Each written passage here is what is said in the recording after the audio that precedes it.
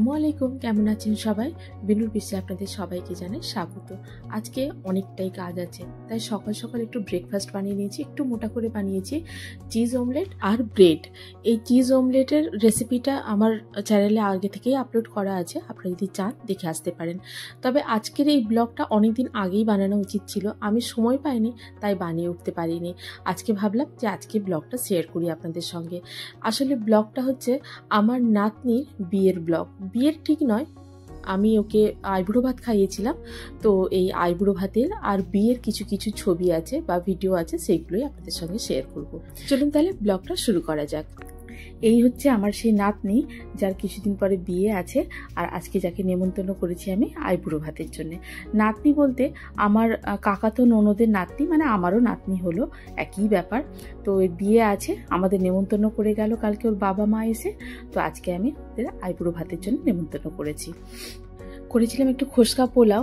তো খোসকা পোলাওয়ের ভাতটা এখানে হচ্ছে, ভাতটা প্রায় হয়ে এসছে আমার এখানে। এবার এটাকে দমে দিয়ে দিলেই হয়ে যাবে, সাজিয়ে দিয়ে। ভাতটা চেক করে নিলাম, সামান্য একটু বাকি আছে। তো যতক্ষণ ভাতটা হচ্ছে এদিকে চিকেনটাও প্রায় রেডি হয়ে গেছে। আমার চিকেন কষা বানিয়েছিলাম, বেশ লাল লাল করে চিকেন কষা। একটু আসলে একা মানুষ তো, একা হাতেই সব কিছু করা, কোটা বাছা রান্না করা সব কিছু একা হাতেই করা, তাই একেবারে মেল ট্রেনের মতো স্পিড চালিয়েছি আমি, যাতে তাড়াতাড়ি হয়ে যায়, সময় মতো খেতে দিতে পারি।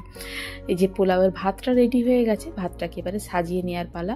এই সমস্ত রেসিপি আমার চ্যানেলে প্রথম থেকে আপলোড করা আছে, আমি লিঙ্কগুলো সব ডেসক্রিপশন বক্সে দিয়ে দেবো, আপনারা যদি চান গিয়ে দেখে আসতে পারেন। এই যে পোলাওটা আমাদের সাজানো হয়ে গেছে, দমে বসিয়ে দেবো। যতক্ষণ পোলাও দম হচ্ছে এখানে চাপিয়ে দেবো একটু মাংস আর আলু কষা। মাংস আলু কষার জন্য আমি এখানে কুকারে করছি। কুকারে দিয়ে দিয়েছি প্রথমেই তেলটা গরম হয়ে গেলে দিয়ে দেবো এখানে বেশ খানিকটা পেঁয়াজ কুচি। পেঁয়াজটা বেশ লাল লাল করে ভেজে নেব। লাল লাল করে ভাজা হয়ে গেলে দিয়ে দেবো এখানে লঙ্কার গুঁড়ো। এখানে নর্মাল লঙ্কার গুঁড়ো দিয়েছি আমি, কাশ্মীরি রেড চিলি পাউডার নয়। আর দিয়ে দিলাম এখানে মাংসটা। মাংসর মধ্যে কিন্তু আমি সমস্ত মশলা মাখিয়ে দিয়েছিলাম আগে থেকে, যাতে মাংসটা খুব ভালোভাবে মজে যায়। দিয়েছিলাম টক দই, লবণ, হলুদ গুঁড়ো, লঙ্কার গুঁড়ো একটু দিয়েছিলাম, ধনে জিরে গুঁড়ো, একটু গরম মশলার গুঁড়ো। গরম মশলাতে ছিল এলাচ, লবঙ্গ, দারচিনি। আর দিয়ে দিয়েছিলাম সর্ষের তেল আর আদা রসুনের পেস্ট। সমস্ত কিছু দিয়ে মাখিয়ে প্রায় ঘন্টা দুয়েকের মতো রেখে দিয়েছিলাম। দিয়ে এবার পেঁয়াজটাকে লাল করে গুঁড়ো লঙ্কা দিয়ে তার উপরেই মাংসটাকে ঢেলে দিলাম। দিয়ে খুব ভালো করে কষিয়ে নেব। মাংসের যে নিজস্ব যে রসটা আছে সেটা বেরিয়ে যাবে, সেটা বেরোলে সেটাকে ভালো করে শুকনো করে নিয়ে তারপর এটাতে আমি হুইসেল লাগাবো। এই যে মাংসটাকে ভালো করে কষিয়ে নিয়েছি, মাংসের যে নিজস্ব জল ছিল সেটা একেবারে শুকিয়ে গেছে। এবারে যে বলে মাখিয়ে রেখেছিলাম সেটাকে ধুয়ে অল্প একটু জল দিয়ে দিলাম, দিয়ে এটাতে ঢাকনা লাগিয়ে দিয়ে হুইসেল দিতে দেবো। 3 থেকে 4টে হুইসেল দেবো, তাহলেই মাংসটা রেডি হয়ে যাবে। এই যে হুইসেলটা দেওয়ার পরে, হুইসেলটা ঠান্ডা হয়ে যাওয়ার পরে কুকারটা খুলে নিয়েছি আমি। মাংসটা সেদ্ধ হয়ে গেছে, একটু বাকি আছে, আর একটা হুইসেল দিতে লাগবে। এবারে দিয়ে দেবো আমি বড় বড় করে কেটে রাখা আলু। আলুটাকে ভেজে নিয়েও দেওয়া যেতে পারে, তবে এখানে আমি ভাজিনি, কেননা মাংসে অনেকটাই ফ্যাট ছিল আর আমি তেলটাও একটু বেশিই দিয়েছিলাম, তাই আর আলাদা করে ভাজার কোনো দরকার নেই। এই মাংসের সঙ্গে আলুটাকে ভালো করে কষে নিলেই রেডি হয়ে যাবে। এবারে এটাতে দিয়ে দেবো প্রয়োজন মতো লবণ। আগে যে লবণটা দিয়েছিলাম সেটা মাংসের পরিমাণ অনুযায়ী দিয়েছিলাম, এখন আলুর জন্য আবারও লবণ দিলাম। দিয়ে আর ঝোল দেব না, কেননা পোলাওয়ের সঙ্গে খাওয়া হবে, খুব বেশি ঝোলের দরকার পড়বে না। এবারে কুকারে ঢাকনা দিয়ে একটা হুইসেল দিতে দেবো। একটা হুইসেল দিলেই রেডি হয়ে যাবে আমাদের মাংস আলু কষা। এই যে রেডি হয়ে গেছে, এবারে এটাকে আমি সার্ভ করে দেবো।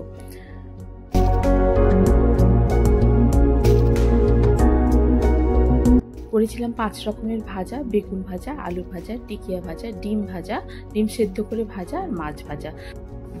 পোলাওটাও রেডি হয়ে গেছে। চলুন এটাকেও এবারে বার করে নিই। বার করার আগে হাঁড়িতেই হালকা হাতে একটু এটাকে মাখিয়ে নেব, যাতে ড্রাই ফ্রুটস আর ভাত একসঙ্গে মিক্স হয়ে যায়। দিয়ে পোলাওটাকে বার করে নিলাম। এবারে চিকেনটাকে বার করে নেব। বেলা হয়ে গেছে অনেক, প্রায় 1:30টার মতো বেজে গেছে। ওদেরকেও ফোন করে দিয়েছি, ওরা চলে আসছে, আমি এদিকে খাবার দাবারগুলো রেডি করছি। ওরাও এসে গেছে, অনেকটাই দেরি হয়ে গেছে। আমি বললাম তাড়াতাড়ি খেতে বসে যাও, অনেকটাই দেরি হয়ে গেছে, আমি একা মানুষ, একা হাতে করেছি, তাই এতটা দেরি হয়ে গেল। তো ওরা হাসছিল আমার কথা শুনে। তো ওদের আর ভিডিও করিনি, খেতে খেতে একটু ফটো তুলে রেখেছিলাম। আইবুড়ো ভাত খাওয়ালে নিয়ম আছে যে জামা কাপড় গিফট করতে হয়।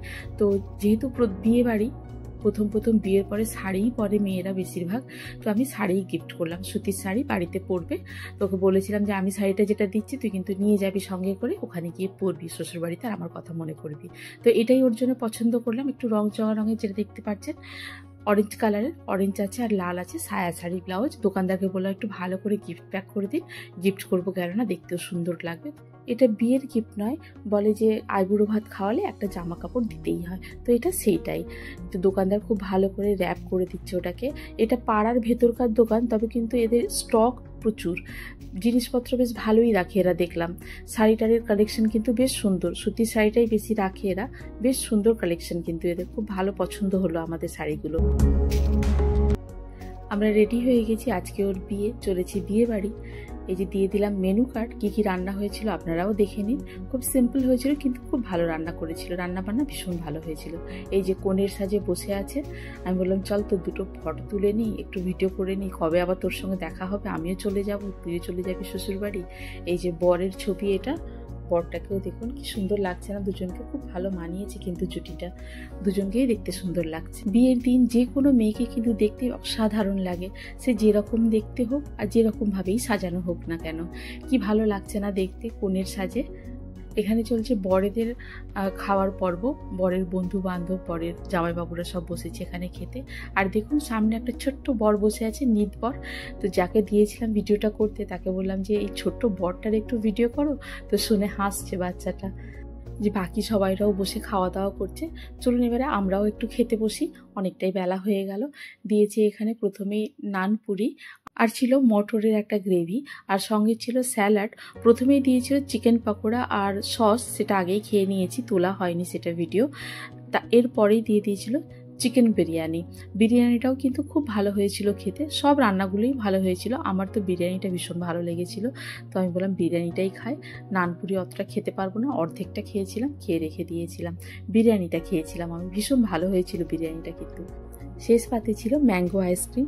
খাওয়া দাওয়ার পর্ব শেষ, এবারে গুটি গুটি পায়ে বাড়ি ফিরতে হবে। দেখা করে এলাম একটু ওর সঙ্গে। ব্লগটাও তাহলে আজকে এখানেই শেষ করছি, আপনারাও দেখুন, দেখে জানান আমাকে কেমন লাগলো।